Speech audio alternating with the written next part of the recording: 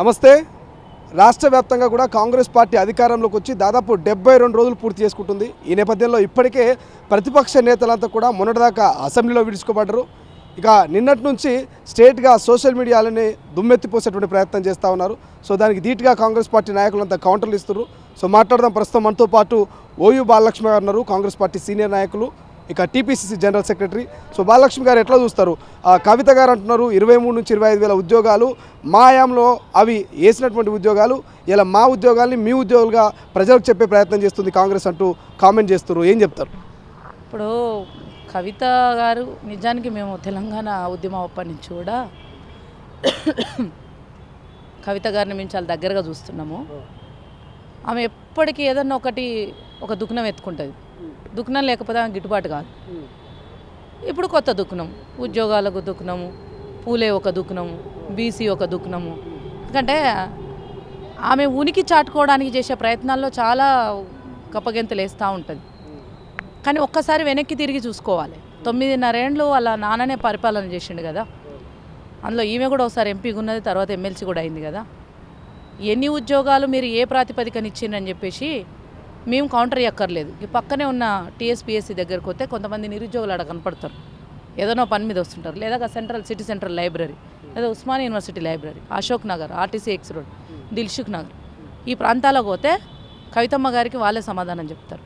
ఎందుకు ఈ మాట నేను అంటున్నా అంటే, చాలాసార్లు మేము ఎదుర్కొన్నాం, చాలాసార్లు మేము చెప్పినాం, అయినా కూడా వాళ్ళకు బుర్ర అనేది సరిగా పనిచేస్తలేనట్టుంది వాళ్ళకు. ఎందుకంటే 9.5 ఏళ్ళు పరిపాలించినప్పుడు ఇంటికో ఉద్యోగం అని చెప్పి నేను అనలేదన్నాడు. పేపర్ లీకేజ్, టీఎస్పీఎస్సీ అనేది ఒక కాన్స్టిట్యూషనల్ బాడీ, అది అధ్వాన్నంగా ఒక దయనీయ స్థితిలోకి దిగజారిపోయింది ఆ వ్యవస్థ. అప్పుడు తెరవని నోరు ఇప్పుడు తెరుస్తుంది. మరి ఎందుకు ఇవ్వలేదు? సరే, మీరు ఏర్పాటు చేసినవి మేము ఇచ్చినామని చెప్పుకుంటున్నాం కదా.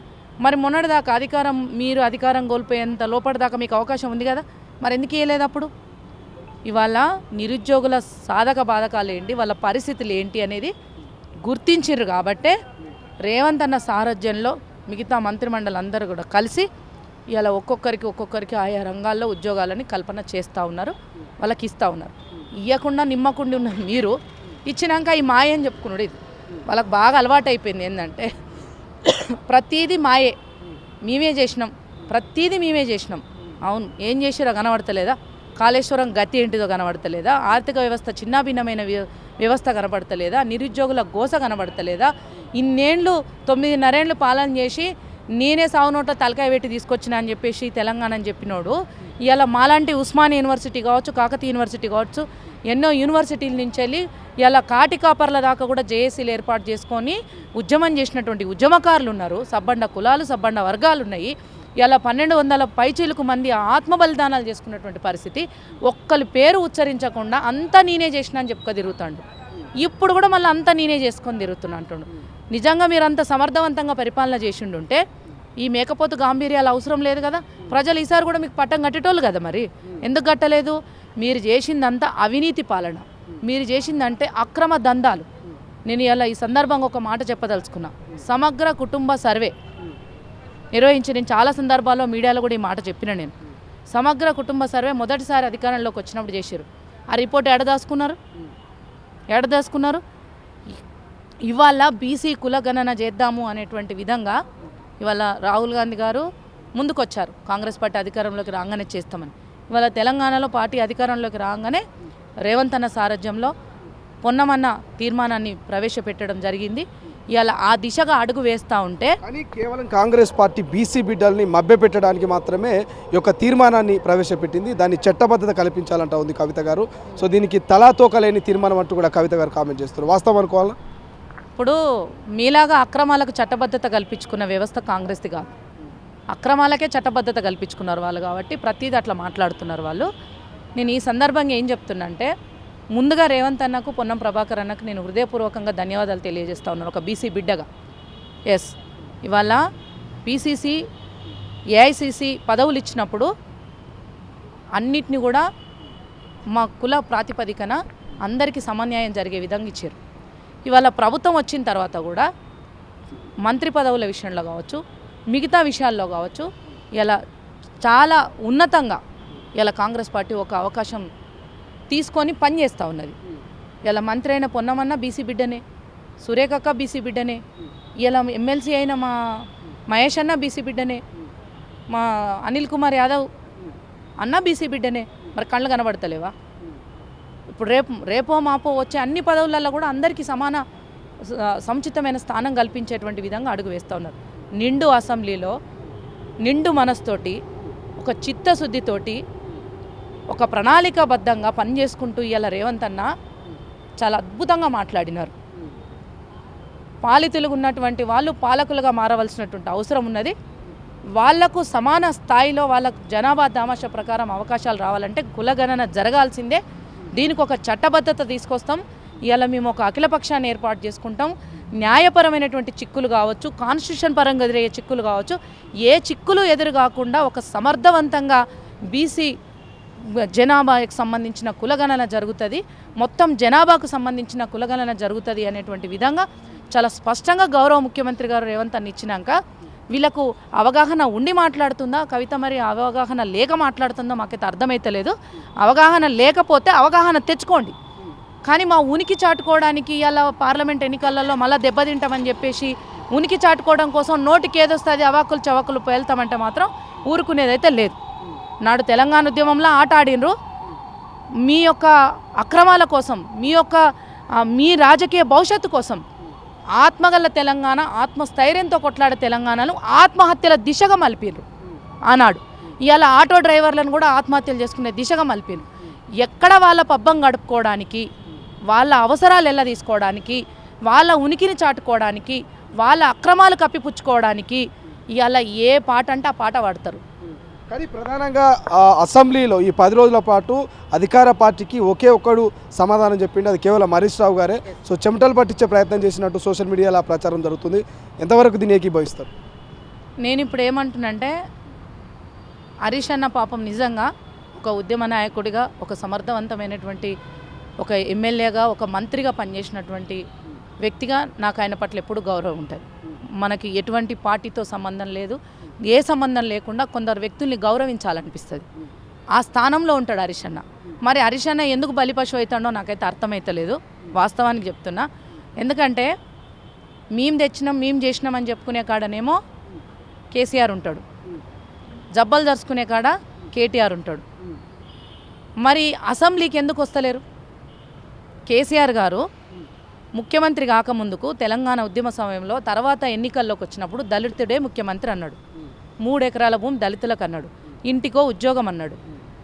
ఇవన్నీ చేసిండా? చేయలేదు కదా.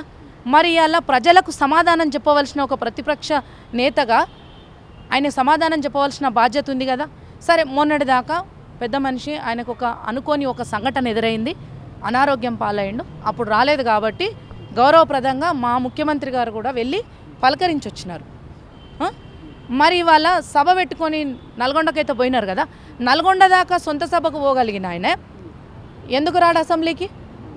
వస్తలేడంటేనే అర్థం చేసుకోవాలి ఇక్కడ. కానీ వీటన్నింటికి ముందట పెట్టి పాపం హరీష్ అన్నను ముందట తోలుతాడు. మరి ఏం చేయదలుచుకున్నారు హరీష్ అన్నని మాకైతే అర్థమైతలేదు. ఇక అది వాళ్ళ పార్టీ, వాళ్ళ నాయకులుగా వాళ్ళ ఇష్టము.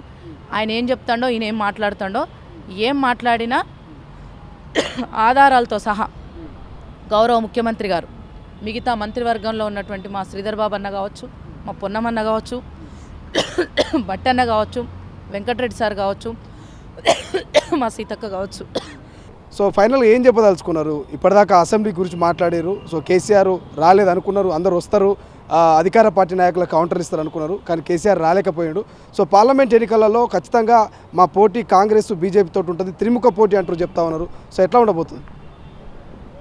కేసీఆర్ రాలేకపోయిండని అంటున్నారు మీరు. రావద్దనుకున్నాడు కాబట్టి రాలేదని నేను అంటున్నా. ఎందుకంటే మాజీ ముఖ్యమంత్రిగా, ఒక ప్రతిపక్ష నేతగా, మళ్ళీ ప్రధాన ప్రతిపక్షం, ఆయనకి బాధ్యత ఉంది. తెలంగాణ సమాజానికి, తెలంగాణ ప్రజలకి ఆయనే రిప్రజెంటేషన్.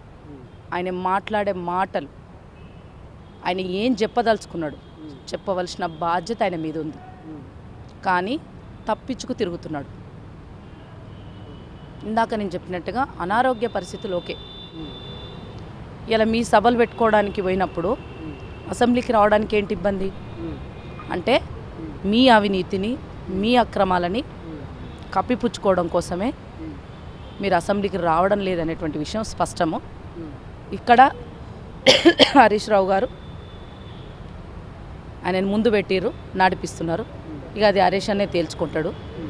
ఇంకోటి ఏంటంటే అసెంబ్లీ ఎన్నికల్లో వీళ్ళ అవినీతి అక్రమాలతో పాటు ప్రజలకు మసిబూసి మారేడికాయ చేసినట్టు నోరు తెరిస్తే సామెతల కుప్ప చెప్పుకుంటూ అన్నీ నేనే అని చెప్పి మాట్లాడినటువంటి కేసీఆర్ గారు దెబ్బతిన్నారు. అసెంబ్లీ గెలుపోటములు సహజం అనేటువంటి సత్యాన్ని గుర్తించవలసినటువంటి ఒక హోదాలో ఉండి ఇవాళ పార్లమెంట్ ఎన్నికల కోసం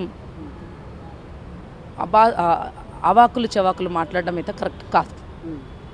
ఖచ్చితంగా ప్రజల అసెంబ్లీ ఎన్నికల్లో మీకు బుద్ధి చెప్పారు, పార్లమెంట్ ఎన్నికల్లో కూడా మీకు బుద్ధి చెప్తారు. మేము చెప్పదలుచుకుంది ఏంటంటే ఎప్పుడైనా ప్రజాస్వామ్యయుతంగా పరిపాలన జరిగినప్పుడే ప్రజా సంక్షేమం ఉంటుంది. అటువంటి ప్రజాపాలనని ఇలా గౌరవ ముఖ్యమంత్రి రేవంత్ అన్న సారథ్యంలో ఇలా కాంగ్రెస్ ప్రభుత్వం నడుస్తూ ఉన్నది. వారు ఒక కమిట్మెంట్ తోటి, ఒక నిబద్ధతతోటి ప్రతి ఒక్క రంగాన్ని క్షుణ్ణంగా పరిశీలిస్తూ ప్రతి ఒక్క అంశాన్ని ప్రజలకు తెలియజేస్తూ ఏదైతే ప్రజలకు అవసరం ఉందో దాన్ని ఒక్కొక్క పని చేసుకుంటూ ముందుకెళ్తున్నారు.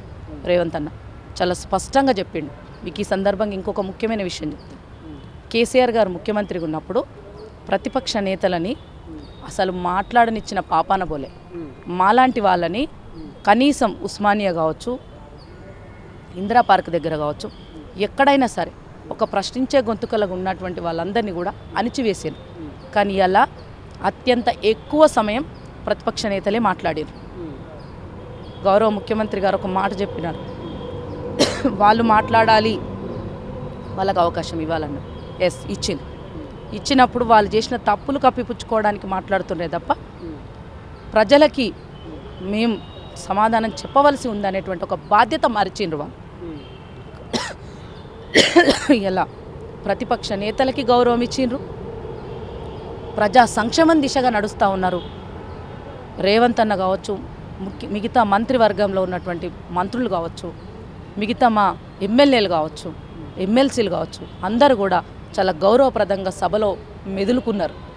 ఈ విషయము ప్రజలు గమనిస్తున్నారు. కాబట్టి మేమేం చెప్పదలుచుకున్నానంటే ప్రజలు ప్రతీది గమనిస్తున్నారు. మీరు ఏ కుప్పి గంతులు వేసినా మాకే ఇబ్బంది లేదు. ఒక్క మాటలో చెప్పాలంటే గతంలో అధికారంలో రాకముందు నుంచి కూడా ఓయూ బాలలక్ష్మి కావచ్చు, ఉద్యమకారులు కావచ్చు, యువ నాయకులంతా యూత్ కాంగ్రెస్ ఇతరితర ఎన్ఎస్యూకి సంబంధించినటువంటి నాయకులంతా కొట్లాడారు. సో మొత్తం మీద అధికారంలోకి వచ్చింది. మొన్న యువ నాయకులకంతా కూడా అటు అనిల్ కుమార్ యాదవ్ కావచ్చు, బల్మూర్ వెంకట్ కావచ్చు, రీసెంట్గా యువ నాయకులకు అవకాశాలు వచ్చినాయి. సో మీలాంటి ఉద్యమకారులకు ఏమైనా అవకాశం వచ్చే ఛాన్స్ ఉందా కాంగ్రెస్ ప్రభుత్వంలో? ఖచ్చితంగా వస్తుంది. ఎందుకంటే మా రాహుల్ గాంధీ గారు డైనమిక్గా పనిచేస్తూ ఉన్నారు, ప్రియాంక గాంధీ గారు డైనమిక్గా పనిచేస్తూ ఉన్నారు. ఇక్కడ రాష్ట్రంలోకి వచ్చిన తర్వాత రేవంత్ అన్న చాలా యంగ్ అండ్ డైనమిక్గా పనిచేస్తూ ఉన్నారు. వారు గుర్తించారు యువతకి ఎక్కువ అవకాశాలు ఇస్తే రేపు సమాజం బాగుపడుతుంది. సీనియర్లకు వాళ్ళ హోదాకి తగ్గ వాళ్ళకు అవకాశాలు ఇస్తూనే యువతని కూడా క్రియాశీలకమైనటువంటి అవకాశాలు ఇస్తూ అప్పుడు పార్టీ పరంగా అలాగే ఇచ్చారు, ఇప్పుడు ప్రభుత్వంలో కూడా అలాగే ఇస్తూ ఉన్నారు. ఈ కొత్త రక్తాన్ని, యువతని, అందుట్లో ముఖ్యంగా పార్టీ కోసం డెడికేటెడ్గా పనిచేసినటువంటి వాళ్ళని గుర్తించి ఒక్కొక్కరికి ఒక్కో దఫాల అవకాశం కల్పిస్తూ ఉన్నారు. వారు ఖచ్చితంగా మా అందరికి కూడా మంచి అవకాశాలు వారు ఇస్తున్నారు. ఇచ్చిన తర్వాత కూడా మేము కూడా వారు ఇచ్చినటువంటి అవకాశాన్ని సద్వినియోగం చేసుకొని ఒక క్రమశిక్షణతో మా విధిని మేము నిర్వర్తిస్తాం. ఖచ్చితంగా మేము ఎందుకు ఇంత మంచిగా చెప్తున్నామంటే రేవంత్ అన్న యువతకి ప్రాధాన్యం ఇవ్వాలని మొదటి నుంచి చెప్పుకుంటూ వచ్చారు. వారు పీసీసీ ప్రెసిడెంట్ కాకముందుకు చెప్పారు, అయిన తర్వాత కూడా చెప్పారు. వారు చెప్పినటువంటి మాటకి మిగతా సీనియర్లందరూ కూడా సపోర్ట్ చేయడం కావచ్చు, వాళ్ళందరినీ మెప్పించి ఒప్పించి మాలాంటి వాళ్ళకి పార్టీలో కూడా సముచిత స్థానం కల్పించి జనరల్ సెక్రటరీగా అలాంటి వాళ్ళందరికీ కూడా మా కష్టాన్ని గుర్తించి, మా హార్డ్ వర్క్ని గుర్తించి, పార్టీ పట్ల మాకున్న విధేయతని, మా లాయల్టీని గుర్తించి మాకు అవకాశాలు కల్పిస్తూ ఉన్నారు. వారు ఖచ్చితంగా యువతనందరినీ కూడా కూడగట్టుకొని రేపటి భవిష్యత్తుని నిర్మించే దిశగా తెలంగాణకి ఒక అందమైన భవిష్యత్తుని, ప్రపంచంలోనే తలెత్తుకొని చూసేటువంటి స్థాయిలో ఇలా ప్రభుత్వాన్ని నడిపించే దిశగా రేవంత్ అన్న ముందుకు పోతున్నాడు. అన్నతో పాటు మిగతా మంత్రివర్గం అంతా కూడా వారికి సహకారంగా ఉన్నారు. అది మా అదృష్టం. ఇంత మంచి పరిపాలన అందిస్తున్న రేవంత్ అన్న నాయకత్వంలో పనిచేయడం మా అందరి అదృష్టంగా మేము భావిస్తూ ఉన్నాం. ఖచ్చితంగా తెలంగాణలో యువతకి మాలాంటి యువతకి అలాగే మిగతా అంటే out side of the party ఉన్నటువంటి యువతకు కూడా వారి వారి ఆయా రంగాల్లో విద్య, ఉద్యోగం, వైద్యం, ఇతరత్ర అన్ని రంగాల్లో కూడా యువతకి సముచిత స్థానం కల్పించే దిశగా వారు నడిపిస్తూ ఉన్నారు. అందుకు మేము ఎప్పుడు కూడా వారికి కృతజ్ఞతలు తెలియజేస్తాం. Thank you. ఇది మొత్తం మీద ఇక కాంగ్రెస్ పార్టీలో కొత్త రక్తానికి యువ నాయకులకు మంచి ప్రాధాన్యత దక్కుతోంది. సో మొన్న అనిల్ కుమార్ యాదవ్, అంతకుముందు బల్మూర్ వెంకట్, రేపో మాపో మరికొంతమంది యువతరానికి ఇక పదవులు కట్టబెట్టేటువంటి ఆలోచనలో కాంగ్రెస్ పార్టీ ఉన్నట్టు తెలుస్తోంది. సో చూద్దాం మరి పార్లమెంట్ ఎన్నికల వేళ మరి బీఆర్ఎస్, బీజేపీ, కాంగ్రెస్ నేతల మధ్య ఎలా ఉండబోతుంది, ఢిల్లీలో చక్రం తిప్పేది ఎవరు, సో ఏ ఎజెండాతో ముందుకు పోతారనేది మరికొద్ది రోజులు వెయిట్ చేయాల్సిందే. కెమెరా పర్సన్ అజయ్తో శ్రీశైలం, తొలి వెలుగు, హైదరాబాద్.